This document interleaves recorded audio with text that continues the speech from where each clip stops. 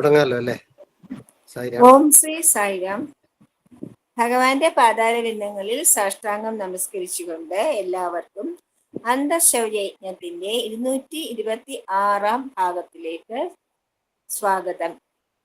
ഇന്ന് നമുക്ക് വേണ്ടി ഹോസ്റ്റ് ചെയ്യുന്നത് ശ്രീമതി സംഗീത SV കാസർഗോഡ്.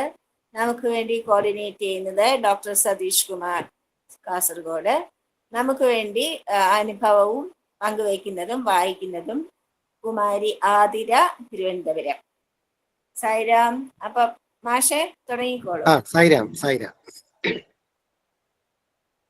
സായിരാം. അപ്പോ 226 ദിവസം പ്രസന്റ് ചെയ്യുന്നത് തിരുവനന്തപുരത്ത് നിന്നുള്ള മിസ് ആതിര GL ആണ്. അപ്പൊ 3 പ്രാവശ്യം ഓങ്കാരവും സായി ഗായത്രിയും പറഞ്ഞ ശേഷം ആതിര വീഡിയോ ഓൺ ചെയ്ത ശേഷം സായി വാണി വായിച്ചു തുടങ്ങുക. 10 മിനിറ്റ് സമയം എടുക്കാം. അതിനുശേഷം ഒരു 15 മിനിറ്റ് വരെ അനുഭവം വരണം. ഓക്കെ. ഓ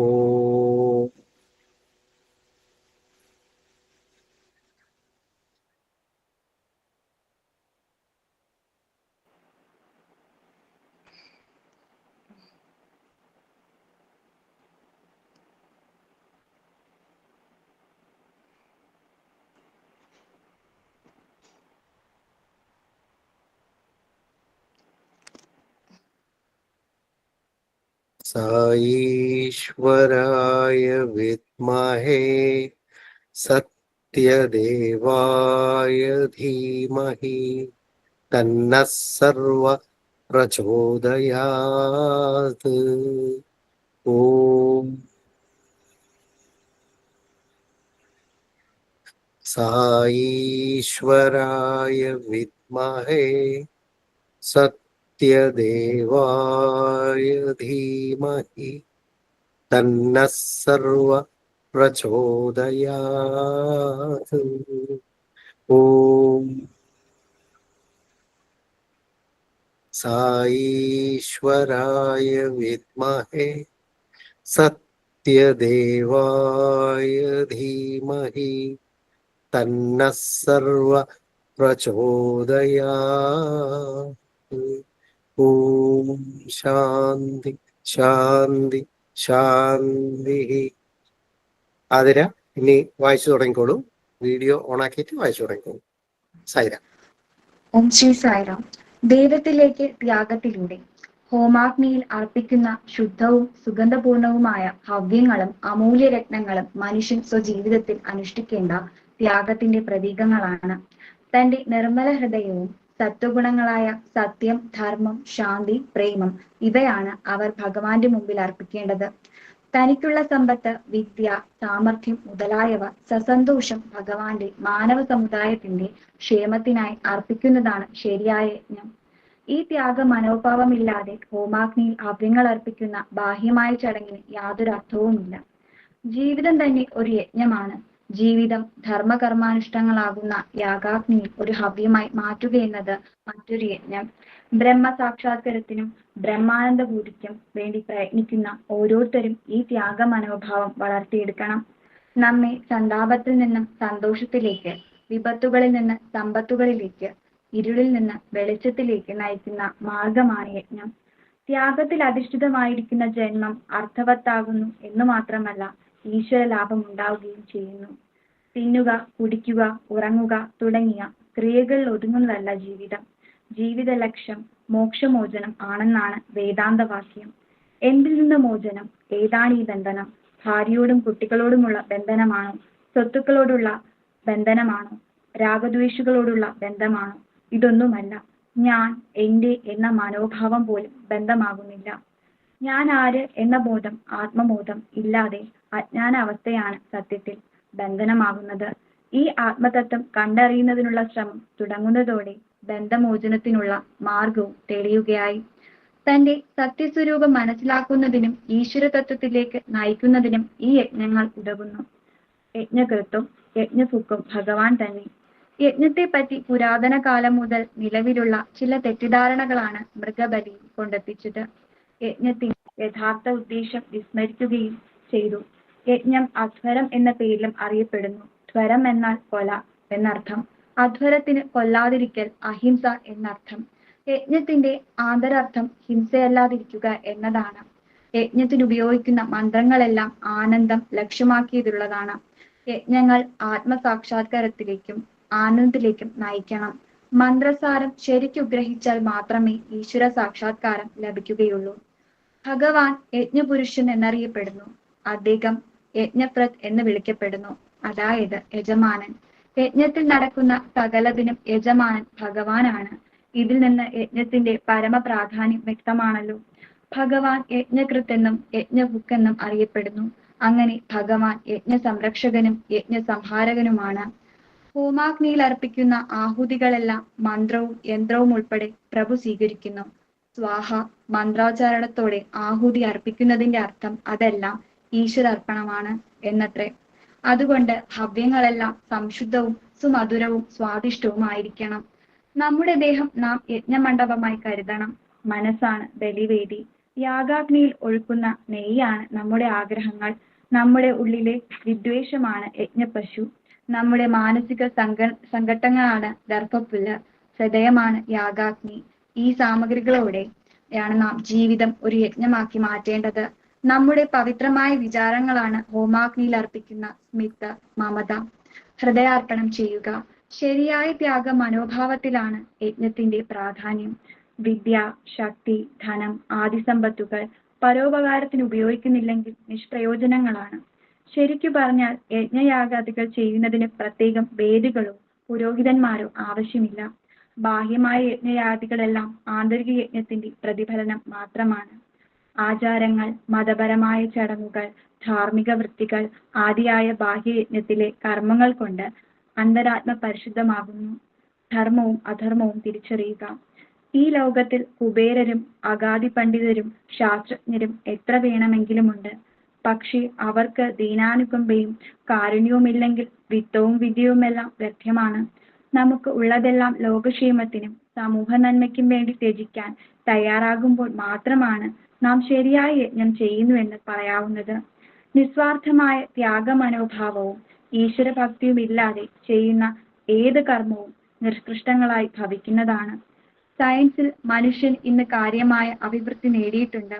ധനം, വിദ്യ, മറ്റ് വിവിധ തരത്തിലുള്ള സാമർഥ്യങ്ങൾ എല്ലാം സമ്പാദിക്കുന്നതിന് മനുഷ്യൻ കഠിനയത്നം ചെയ്യുന്നു. അതെല്ലാം ശരിയായ കാര്യത്തിന് ഉപയോഗിക്കുന്നില്ലെങ്കിൽ സമ്പാദിച്ചു കൂട്ടിയത് കൊണ്ട് എന്തു ഫലം? സമ്പാദ്യത്തിന്റെ വിനിയോഗ രീതിയാണെങ്കിൽ ഉടമസ്ഥന്റെ സ്വഭാവ രീതിയെ ആശ്രയിച്ചിരിക്കുന്നു. സ്വഭാവം നല്ലതല്ലെങ്കിൽ വിനിയോഗം നല്ല കാര്യത്തിനായിരിക്കും. സ്വഭാവം ചീത്തയാണെങ്കിൽ തനിക്കുള്ളതിന്റെ വിനിയോഗവും ദുഷിച്ച കാര്യങ്ങളിലായിരിക്കും. സമ്പത്തും ശാസ്ത്ര പരിജ്ഞാനവും കൊണ്ടുള്ള വൈദഗ്ധ്യങ്ങളും വന്നു ചേരുന്നത് രജോ ഗുണ പ്രധാനന്മാരുടെ കൈവശമാണെങ്കിൽ വിനിയോഗിക്കുന്നത് ലോക ഉപകാരത്തിനായിരിക്കില്ല. തമോ ഗുണികൾക്കാണെങ്കിൽ ലഭിക്കുന്നുവെങ്കിൽ വെറും സ്വാർത്ഥ ലക്ഷ്യ പ്രാപ്തിക്ക് മാത്രമായിരിക്കും ഉപയോഗിക്കുക. രജോ ഗുണ പ്രധാനക്ക് ചില സമയം മനപരിവർത്തനം സംഭവിച്ചു എന്ന് വരാം. എന്നാൽ താമസ സ്വഭാവികൾ കഴിവും ശക്തിയും പദവിയും പാപപുഷ്യവും സാമൂഹ്യ വിരുദ്ധന്മാരുമായ മാർഗത്തിൽ കൂടിയല്ലാതെ ചിലവഴിക്കുന്നതല്ല. അതുകൊണ്ട് മനുഷ്യന്റെ പ്രാഥമിക ചുമതല നന്മ തിന്മകൾ തിരിച്ചറിയാനുള്ള ബോധം വളർത്തിയെടുക്കുകയാണ്. ഗായത്രി മന്ത്രം ഉദ്ഘോഷിക്കുന്നു. ധിയോ യോ ന പ്രചോദയാത്. മനസ്സിനെ ഉത്തേജിപ്പിക്കുന്നത് ഗായത്രി ദേവിയോടുള്ള ഒരു പ്രാർത്ഥനയാണ്. സബ്കോ സന്മതി ദേ ഭഗവാൻ എന്നായിരുന്നുവല്ലോ ഗാന്ധിജിയുടെ പ്രിയപ്പെട്ട പ്രാർത്ഥന. എന്നാൽ ഇന്ന് ലോകമെങ്ങും ദുർമതികൾ കമിതരായിരിക്കുന്നതിനാൽ സർവത്ര കൊലയും കൊലവിളിയും മറ്റ് കലാവിധ കലാപങ്ങളും നടമാടുകയാണ്. വളരെയേറെ കോടീശ്വരന്മാർ ഇക്കാലത്ത് ധനം കൂട്ടി വയ്ക്കാനാണ് ഇഷ്ടപ്പെടുന്നത്. സമൂഹ നന്മയ്ക്ക് ദരിദ്ര കോടികളുടെ ദുരിത നിവാരണത്തിനുമായി ലേശമെങ്കിലും ചെലവഴിക്കാൻ അവർ തയ്യാറാകുന്നില്ല. പണ്ടുള്ളവർ പറഞ്ഞതുപോലെ പശുക്കൂട്ടിലെ പട്ടിയെ പോലെയാണവർ. സബലമായ ധാർമ്മിക ജീവിതം നയിക്കാൻ ഉദ്ദേശിക്കുന്ന ഓരോ വ്യക്തിയും മാനവ സേവയിൽ ഏർപ്പെടാൻ നിശ്ചയിക്കുക. സമൂഹത്തിന്റെ സുഖത്തിനും സന്തോഷത്തിനുമായി തന്റെ സമ്പത്തും സാമർഥ്യവും അർപ്പിക്കുകയും വേണ്ട സമയം അതിക്രമിച്ചിരിക്കുന്നു. ആനന്ദലബ്ധിക്കും ത്യാഗത്തിൽ കവിഞ്ഞ ഉറവിടം വേറെയില്ലെന്ന് മനുഷ്യൻ ബോധ്യപ്പെടണം.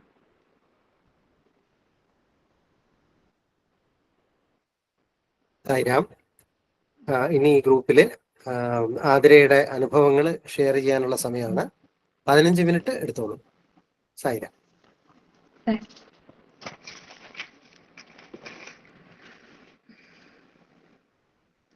ഓം ശ്രീ സായിറാം. എൻ്റെ പേര് ആതിര. ഞാൻ MSc മാത്സ് പഠിച്ചുകൊണ്ടിരിക്കുന്നു. അമ്പലമുക്ക് സമിതിയുടെ കീഴിൽ അഡോപ്റ്റ് ചെയ്ത സായി ജ്യോതി ബാലവികാസ് ഗുരുവാണ് ഞാൻ.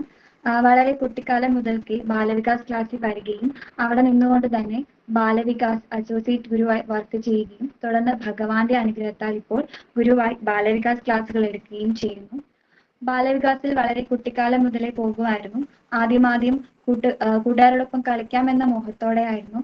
പിന്നീട് സ്വാമിയോടുള്ള ഇഷ്ടമായിട്ട് മാറി. അമ്മയ്ക്ക് ഞാൻ ബാലവികാസിൽ പോകുന്നത് ഏറെ ഇഷ്ടമായിരുന്നു. ബാലവികാസിൽ പോയിട്ട് തിരിച്ചു വരുന്ന സമയത്ത് അവിടുത്തെ കാര്യങ്ങൾ വിശേഷങ്ങൾ അറിയാൻ അമ്മ തിരക്കുമായിരുന്നു. അങ്ങനെ ഇരിക്കെ ഒരു നാൾ ബാലവികാസ് എൻ്റെ വീട്ടിൽ വെച്ച് നടത്താൻ തുടങ്ങി. ആ സമയത്ത് ഞങ്ങളെ പോലെ തന്നെ ബാലവികാസിലൊരു എല്ലാ ദിവസവും ഉള്ള ഒരു അംഗമായിരുന്നു എൻ്റെ അമ്മൂമ്മയും. എല്ലാ ബാലവികാസ് ക്ലാസ്സുകളും ഞങ്ങളോടൊപ്പം അമ്മൂമ്മയും പങ്കെടുക്കുമായിരുന്നു. പിന്നെ ഓരോ ആഴ്ചയും ഞങ്ങളുടെ ബാലവികാസില് സ്വാമിക്ക് വേണ്ടിയിട്ടുള്ള ഒരുക്കങ്ങളെല്ലാം ചെയ്യുന്ന ഞങ്ങളാണ്. ഓരോ ആഴ്ചയും ബാലവികാസ് എടുക്കുന്ന സമയത്ത് സ്വാമിക്ക് വേണ്ട മാല ഞങ്ങൾ തന്നെയാണ് സ്വയം കേട്ടാറുള്ളത്. എൻ്റെ തടി സ്വാമിക്ക് സമർപ്പിക്കുകയും ചെയ്യും. ബാലവികാസ ക്ലാസ്സിൽ പോയതോടെ ഒരുപാട് മാറ്റങ്ങൾ എനിക്കുണ്ടായി. മന്ത്രങ്ങളും ശ്ലോകങ്ങളും പുരാണ കഥകളും ഭജനയും ഇതൊക്കെ പഠിക്കാൻ സാധിച്ചു. അത് അച്ചടക്കം, ലീഡർഷിപ്പ്, യൂണിറ്റി, സർവീസ് ഇതൊക്കെ ജീവിതത്തിൽ കൊണ്ടുവരാൻ ബാലവികാസ് എന്നെ സഹായിച്ചു. സ്കൂളിൽ നിന്ന് ലഭിക്കാത്ത പല മൂല്യങ്ങളും ഒക്കെ എനിക്ക് ബാലവികാസിൽ നിന്ന് ലഭിച്ചു. അച്ഛനും അമ്മയും കാണപ്പെട്ട ദൈവമാണെന്നും അവർ നമ്മുടെ ഉയർച്ചയ്ക്ക് വേണ്ടി എന്തുമാത്രം കഷ്ടപ്പെടുന്നു, അവരുടെ ആഗ്രഹങ്ങൾ എന്തുമാത്രം സാക്രിഫൈസ് ചെയ്യുന്നു, ഇതെല്ലാം കുറച്ചുകൂടെ ബാലവികാസ് മനസ്സിലാക്കി തന്നു. അവിടുത്തെ ഓരോ മൂല്യഗാനങ്ങളും ഇത് നമ്മളെ പഠിപ്പിച്ചു. Sharing, caring, ceiling on desire, പിന്നെ ഇതൊക്കെ ബാലവികാസിൽ നിന്നാണ് പഠിക്കാൻ സാധിച്ചത്. ക്ഷമ എന്ന ജീവിതത്തിലെ ഏറ്റവും നല്ല ആഭരണം എന്ന് ബാലവികാസിൽ നിന്ന് മനസ്സിലാക്കി. ബാലവികാസിൽ നിന്ന് ഇന്ന് ഞാൻ എന്തൊക്കെയാ ബാലവികാസിൽ നിന്ന് പഠിച്ചു അതെല്ലാം ഞാൻ ഇപ്പോൾ ബാലവികാസിൽ വരുന്ന എൻ്റെ കുട്ടികൾക്ക് ഞാൻ പകർന്നു നൽകാറുണ്ട്. സ്വാമി പറഞ്ഞു തന്ന ഓരോ മെസ്സേജസും ജീവിതത്തിൽ കൊണ്ടുവരാൻ വേണ്ടി പകർത്താൻ വേണ്ടിയിട്ട് ശ്രമിക്കാറുണ്ട്. എല്ലാ വർഷവും സ്വാമിയുടെ ബർത്ത്ഡേ പ്രമാണിച്ച് ഞങ്ങളുടെ വില്ലേജിൽ A day in A village എന്നൊരു പ്രോഗ്രാം നടത്താറുണ്ട്. ആദ്യകാലങ്ങളിൽ ഡേ ഇൻ എ വില്ലേജ് നടത്തുമ്പോൾ ഞങ്ങൾ തന്നെയാണ് സ്വാമിയിൽ നിന്ന് വരുന്നവരെ എല്ലാവരെയും അഡ്രസ്സ് ചെയ്യാറുള്ളത്. ഈശ്വരാംബയെ കുറിച്ചും സ്വാമിയെ കുറിച്ചും ഞങ്ങൾക്ക് പറഞ്ഞു തന്നിട്ടുള്ള കാര്യങ്ങൾ സദസ്സിനെ അഡ്രസ്സ് ചെയ്യുമ്പോൾ ഞങ്ങൾ ഉപയോഗിക്കും. Group events, dance, role play, Thiruvathira അങ്ങനെയുള്ള ഒരുപാട് പ്രോഗ്രാംസ് ഞങ്ങൾ അവതരിപ്പിക്കാറുണ്ട്. അതിന്റെ പ്രാക്ടീസും തയ്യാറെടുപ്പുകളും സാധാരണയായിട്ട് എൻ്റെ വീട്ടിൽ വെച്ചിട്ടാണ് നടത്താറുള്ളത്. അപ്പൊ പ്രാക്ടീസിന് വേണ്ടിയിട്ട് ഒരു മടിയും കൂടാതെ കുട്ടികളെ അവരുടെ പാരൻസ് കൊണ്ടാക്കുമായിരുന്നു. അതുപോലെ ഞങ്ങൾക്ക് വേണ്ട എല്ലാ സപ്പോർട്ടും പ്രാക്ടീസിന് വേണ്ട എല്ലാ സപ്പോർട്ടും അവർ നൽകുമായിരുന്നു. പ്രാക്ടീസ് സമയത്ത് ഒത്തുകൂടുമ്പോൾ യൂണിറ്റി, പിന്നെ ടൈം മാനേജ്മെന്റ് ഇതൊക്കെ ഞങ്ങൾക്ക് പഠിക്കാൻ സാധിച്ചു. കുറച്ചും കൂടെ എക്സ്പീരിയൻസ് ചെയ്യാൻ കഴിഞ്ഞു. ഇത്തവണ ഡേ ഇൻ എ വില്ലേജ് എൻ്റെ വീട്ടിൽ വെച്ച് തന്നെയാണ് നടത്തിയത്. ഭഗവാന്റെ അനുഗ്രഹം, അതിനോട് ഭഗവാനോട് ഞാൻ നന്ദി പറയുന്നു. ഞങ്ങൾ തന്നെ എല്ലാ അറേഞ്ച്മെന്റും തലേ ദിവസം ചെയ്തു. അപ്പോൾ ആ ഒരു ടൈമിൽ ഒരു ഇൻസിഡന്റ് ഉണ്ടായെന്ന് വെച്ചാൽ ഞങ്ങൾ തലേ ദിവസം എല്ലാ കാര്യങ്ങളും മുൻകൂട്ടി ചെയ്തു. അപ്പൊ അതിനു വേണ്ടി ഒത്തൊരുമയോട് എല്ലാം ചെയ്തു. അപ്പൊ ആ സമയത്ത് ഭഗവാന്റെ ഫോട്ടോയ്ക്ക് പിന്നിലായിട്ട് ഞങ്ങൾ ഭഗവാന്റെ കുറച്ച് കോട്സ് എഴുതി പേപ്പറിൽ എഴുതി ഒട്ടിച്ചിട്ടുണ്ടായിരുന്നു. അടുത്ത ദിവസം പ്രോഗ്രാം തുടങ്ങി കുറച്ച് കഴിഞ്ഞപ്പോഴത്തേക്കും ഓരോരുത്തരായി വന്ന് സംസാരിക്കാൻ തുടങ്ങി. ആ സമയത്ത് ആ ഭഗവാന്റെ പുറകിൽ ഒട്ടിച്ചിരുന്ന ഓരോ കോട്സ് ആയിട്ട് ഇളകി ഭഗവാൻ ഇരിക്കുന്ന ചെയറിൽ വീഴാൻ തുടങ്ങി. അപ്പൊ അത് ഞങ്ങളെ സംബന്ധിച്ചിടത്തോളം ഭഗവാന്റെ ഒരു പ്രസൻസ് ആയിരുന്നു ആ ഒരു മൊമെന്റ് എന്ന് പറഞ്ഞാല്. ഭഗവാൻ അവിടെ ഉണ്ട്, അല്ലെങ്കിൽ ഭഗവാൻ ഞങ്ങളുടെ പ്രോഗ്രാം എത്രത്തോളം ഇഷ്ടമായി എന്നുള്ള ഒരു അതിന്റെ ഒരു ഫീലായിട്ട് ഞങ്ങൾ കണക്കാക്കുന്നു. എപ്പോഴും സ്വാമി നമ്മുടെ ഉള്ളിൽ തന്നെയാണ് ഇരിക്കുന്നതെന്നും നല്ല വാല്യൂസ് ഉള്ളിൽ വരുമ്പോൾ മാത്രമേ നമുക്ക് നന്നായിട്ട് ബിഹേവ് ചെയ്യാൻ സാധിക്കൂ എന്നും ബാലവികാസാണ് പഠിപ്പിച്ചത്. ചിന്ത, വാക്ക്, പ്രവൃത്തി ഇവ ഒരേ ലൈനിൽ കൊണ്ടുവരാൻ ഞങ്ങൾ മാക്സിമം ശ്രമിച്ചു. അതുപോലെ തന്നെ അതിനുവേണ്ടി ഞങ്ങൾ പ്രാക്ടീസ് ചെയ്യുന്നുണ്ട്. സ്വാമിയുടെ ഓരോ കൊച്ചു പ്രോഗ്രാംസും ഈവൻ ബാലവികാസ ക്ലാസ് നടക്കുമ്പോൾ പോലും സ്വാമിയുടെ പ്രസൻസ് നമുക്ക് അനുഭവപ്പെടാറുണ്ട്. സ്വാമിയുടെ ഫോട്ടോയിൽ വെക്കുന്ന പൂവ് അതെന്ത് ചെയ്യും, വന്ന് വീഴാറുണ്ട്. അപ്പം ലത ആൻറ്റിയൊക്കെ ക്ലാസ് എടുക്കുന്ന ടൈമിലാണെങ്കിൽ ഇപ്പൊ ലത ആൻറ്റി ആ ഒരു പൂവ് വന്ന് ഇങ്ങനെ സ്വാമിയുടെ ഫോട്ടോയിൽ തട്ടിയാണ് താഴേക്ക് വീഴുന്നത്. ആ സമയത്ത് ആൻറ്റി പറയും, മക്കളെ എന്താണ്, സ്വാമി വന്നിട്ടുണ്ട്, നമ്മുടെ ക്ലാസ്സിലേക്ക് സ്വാമി വന്നിട്ടുണ്ടെന്ന് പറയാറുണ്ട്. പിന്നെ അടുത്ത പറയാനാണെങ്കിൽ ഞങ്ങൾ പഠിച്ച സ്കൂളിൽ സത്യസായി സേവാ സമിതി സംഘടിപ്പിച്ച എസ്എ കോമ്പറ്റീഷനിൽ പങ്കെടുക്കാനും സമ്മാനം വാങ്ങാനും സാധിച്ചിട്ടുണ്ട്. പിന്നെ ഡേ ഇൻ എ വില്ലേജ് എന്ന് പറഞ്ഞ ആ ഒരു പ്രോഗ്രാം എന്ന് പറഞ്ഞാൽ ഞങ്ങളെ സംബന്ധിച്ച് ഓണം പോലെയാണ്. സ്വാമി നമ്മുടെ വില്ലേജിലേക്ക് വരുന്ന ഒരു പ്രോഗ്രാമാണത്. ഇപ്പൊ സമിതിയിലെ ആളുകളോടൊപ്പം ഒരു ദിവസം ഫുള്ള് ചെലവഴിക്കാനും അവരോടൊപ്പം എല്ലാ പ്രോഗ്രാംസിലും പങ്കെടുക്കാനും സാധിക്കുന്ന ഒരു ദിവസമാണത്. ഒരു തവണ അരുവിക്കര ദേവീക്ഷേത്രത്തിൽ വെച്ചിട്ട് അവിടുത്തെ ഓഡിറ്റോറിയത്തിൽ വെച്ചിട്ടായിരുന്നു ഈ പറഞ്ഞ ഡേ ഇൻ എ വില്ലേജ് എന്ന പ്രോഗ്രാം നടത്തിയത്. അപ്പൊ അതിനു വേണ്ടിയിട്ട് തലേ ദിവസം സമിതിയിൽ നിന്ന് അങ്കിളുമാരും ആന്റിമാരൊക്കെ ക്ലീൻ ചെയ്യാനും അറേഞ്ച് ചെയ്യാനൊക്കെ വന്നിട്ടുണ്ടായിരുന്നു. ആ സമയത്ത് അവിടെ കർട്ടൻസ് ഒക്കെ അറേഞ്ച് ചെയ്യുന്ന ടൈമിൽ ഇവർക്ക് മൊട്ടുസൂചിയും പിന്നും വേണമായിരുന്നു. അപ്പൊ ആ സമയം അവരെന്ത് ചെയ്തു, അത് എടുക്കാണ്ടാണ് വന്നത്. അത് അപ്പോ ഇവര് മൊട്ടുസൂചി ആണെങ്കിൽ രാത്രി സമയമാണ്. അപ്പം കടകളൊന്നുമില്ല വാങ്ങിക്കാൻ വേണ്ടിയിട്ട്, തൊട്ടടുത്തൊരു കടകളും ഒന്നുമില്ല. അപ്പം പ്രോഗ്രാംസും നാളെയാണ്, അപ്പം ഇത് അറേഞ്ചും ചെയ്യണം. അങ്ങനെ അവർ ഭയങ്കര വിഷമിച്ചിരിക്കുന്ന ഒരു ഘട്ടത്ത് പെട്ടെന്ന് നോക്കിയപ്പോഴത്തേക്കും അവര് നേരത്തെ ക്ലീൻ ചെയ്ത് നല്ല വൃത്തിയാക്കി വെച്ചിരുന്ന ആ ഒരു പ്ലേസിൽ പുതിയ പാക്കറ്റ് മൊട്ടുസൂചി ഇരിക്കുന്നു. അപ്പം അതിന്ന് നമുക്ക് അതെന്ന് പറഞ്ഞൊരു ഒരു മൊമെന്റ് ആയിരുന്നു. കാരണം നമുക്ക് അത്യാവശ്യ ഘട്ടങ്ങളിൽ സ്വാമി നമ്മളെ കൂടെ ഉണ്ട്. അപ്പൊ നമുക്ക് വേണ്ടിയിട്ടുള്ളത് സ്വാമി നമുക്ക് തരും. അപ്പം അതിനൊരു എക്സാമ്പിൾ ആണത്. പിന്നെ പറയുകയാണെങ്കിൽ അമ്പലമുക്ക് സമിതിയിൽ ഓരോ പ്രോഗ്രാംസ് സംഘടിപ്പിക്കും. അപ്പൊ ആ പ്രോഗ്രാംസിലെല്ലാം ഞങ്ങളും പങ്കെടുക്കാറുണ്ട്. അതിൽ പ്രധാനപ്പെട്ട ഒന്നാണ് ഈശ്വരാംബ വാരാഘോഷ പരിപാടികൾ എന്ന് പറയുന്നത്. അത് ഞങ്ങൾക്ക് വളരെ ഇഷ്ടമുള്ളൊരു പ്രോഗ്രാമാണ്.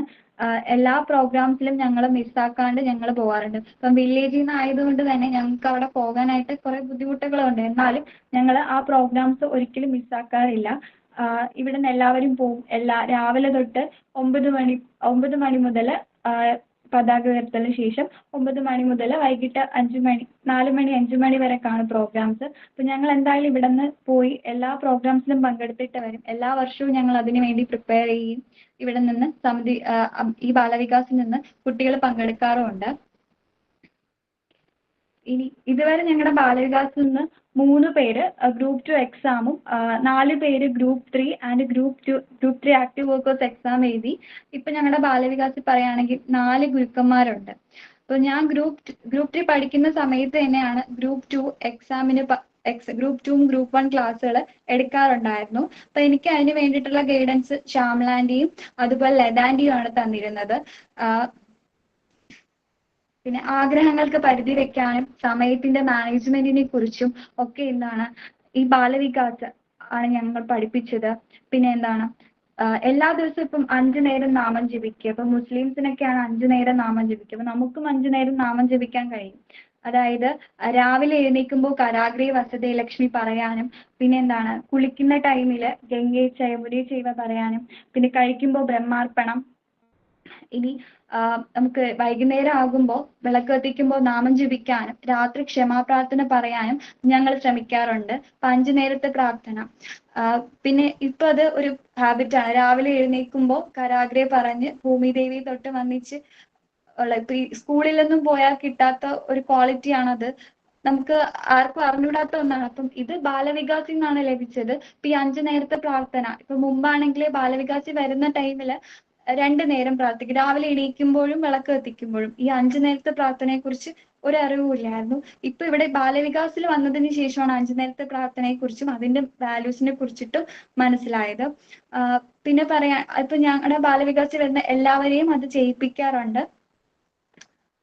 പിന്നെ എല്ലാ കൊല്ലവും പിന്നെ സ്വാമിയുടെ പിറന്നാളോടനുബന്ധിച്ച് നവംബർ 20-നും 23-നും മുമ്പായിട്ട് സമിതിയില് ഒരു ലിഖിത ഓം ശ്രീ സായിറാം എഴുതി ലിഖിത ജപ ബുക്ക് കൊടുക്കാറുണ്ട്. അപ്പൊ സമിതിയിൽ എല്ലാവരും ചെയ്യും. അപ്പൊ ഞങ്ങളുടെ ബാലവികാസിന്നും എല്ലാ കുട്ടികളെയും കൊണ്ട് എഴുതിപ്പിച്ചിട്ട് ആ ബുക്ക് സ്വാമിയുടെ ബർത്ത്ഡേക്ക് മുന്നേ ആയിട്ട് എത്തിക്കാറുണ്ട്. ഈ വർഷവും ഞങ്ങൾ അത് ചെയ്തായിരുന്നു. അപ്പം അന്ന് തൊട്ട് ഇപ്പൊ ഇന്ന് വരെ ഉണ്ടായിരുന്ന എല്ലാ കൺവീനേഴ്സിനും എല്ലാ ഭാരവാഹികൾക്കും ഞങ്ങളുടെ സായിരാം പറയാണ്. പിന്നെ ഈ ഒരു ഇതിൽ എടുത്തു പറയേണ്ട പേരെന്ന് പറഞ്ഞാൽ ലതാൻറ്റിയും ശ്യാമലാൻറ്റിയും ആണ്. അപ്പം അവരാണ് ആദ്യം മുതലേ ഈ ഒരു ബാലവികാസ് അഡോപ്റ്റ് ചെയ്ത കാലം തൊട്ട് ഈ ബാലവികാസം മുന്നോട്ട് കൊണ്ടുപോകാൻ നിന്നത്. അപ്പം ഇപ്പൊ ഞാൻ ഗുരുവാകുന്നത് മുന്നേ വരെ അവരായിരുന്നു. അപ്പം അവരോടും ഒരു സായിരാം. ഇനിയും ഭഗവാന്റെ അനുഗ്രഹം കൊണ്ട് ഒരുപാട് കുട്ടികളെ എനിക്ക് ഈ ബാലവികാസത്തിലൂടെ മുന്നോട്ട് കൊണ്ടുപോകണം. അപ്പൊ അതിന് ഭഗവാൻ അനുഗ്രഹിക്കട്ടെ. ഓം ശ്രീ സായിരാം. മോളെ ആതിര ബുദ്ധിമായിരുന്നു. രാവിലെയും അനുഭവം പറഞ്ഞത് വളരെ വളരെ നന്നായിരുന്നു. കൺഗ്രാജുലേഷൻസ് മോളെ. ഇനി ഒരു വീഡിയോ പ്രസന്റേഷൻ ആണ് ഭഗവാന്റെ സന്ദേശം. സൈര.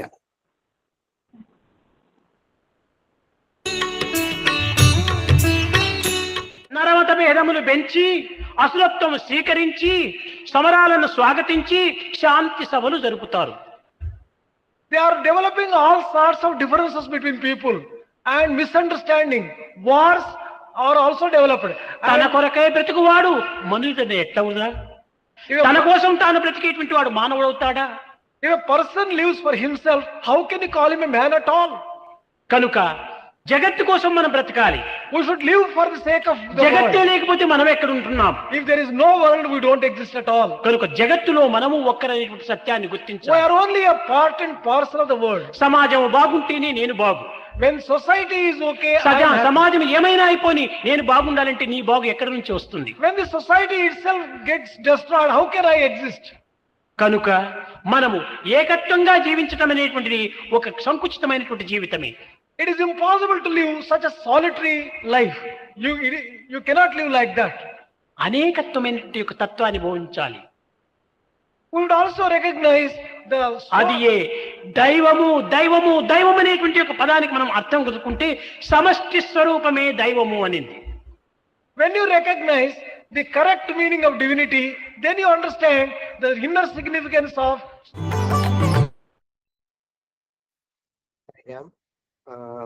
ഇനി ഭജന പാടിക്കോളൂ ആതിര.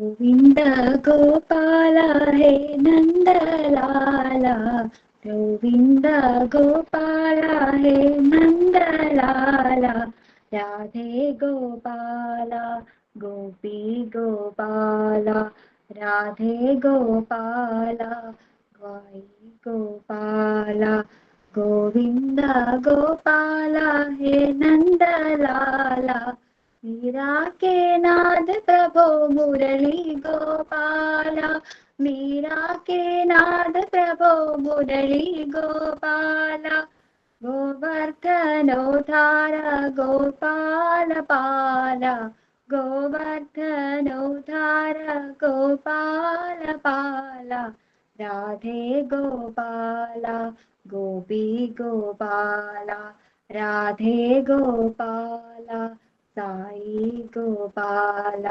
गोविंद गोपाल हे नंदलाल, राधे गोपाल गोपी गोपाल, राधे गोपाल साई गोपाल.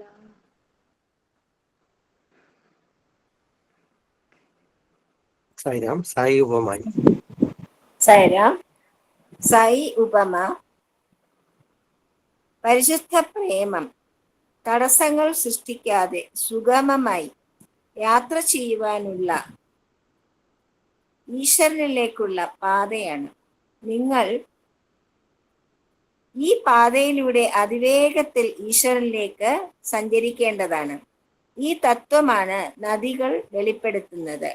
എല്ലാ നദികളും പർവ്വതങ്ങളിൽ നിന്നും ഉത്ഭവിച്ച് താഴേക്ക് ഒഴുകുന്നു. അവ ദ്രുതഗതിയിൽ പായുന്നത് എവിടേക്കാണ്? അവയുടെ ലക്ഷ്യമായ സമുദ്രത്തിലേക്ക്. അതിനിടെ ഒഴുകുമ്പോൾ അവർക്ക് ധാരാളം വിഘ്നങ്ങളും പാതകളിൽ വിഘാതങ്ങളും ഉണ്ടാകാറുണ്ട്. പക്ഷേ അവയെല്ലാം സമർത്ഥമായി പിന്നിട്ടുകൊണ്ടും താണ്ടിക്കൊണ്ടും അവ മുന്നോട്ട് തന്നെ ഗമിക്കുന്നു, ലക്ഷ്യത്തിലേക്ക് ഒഴുകുന്നു. അവ ഒരിക്കലും നിൽക്കുന്നില്ല, ഗമനം തുടർന്നുകൊണ്ടേയിരിക്കുന്നു. ജീവിതവും അങ്ങനെ ഈശ്വരനാകുന്ന ലക്ഷ്യത്തിലേക്ക് കുതിക്കുന്ന ഒരു നദിയെ പോലെ ആകണം. ആ ഒഴുക്കിന് വിഘാതമോ മുടക്കമോ ഉണ്ടാകുവാൻ പാടില്ല.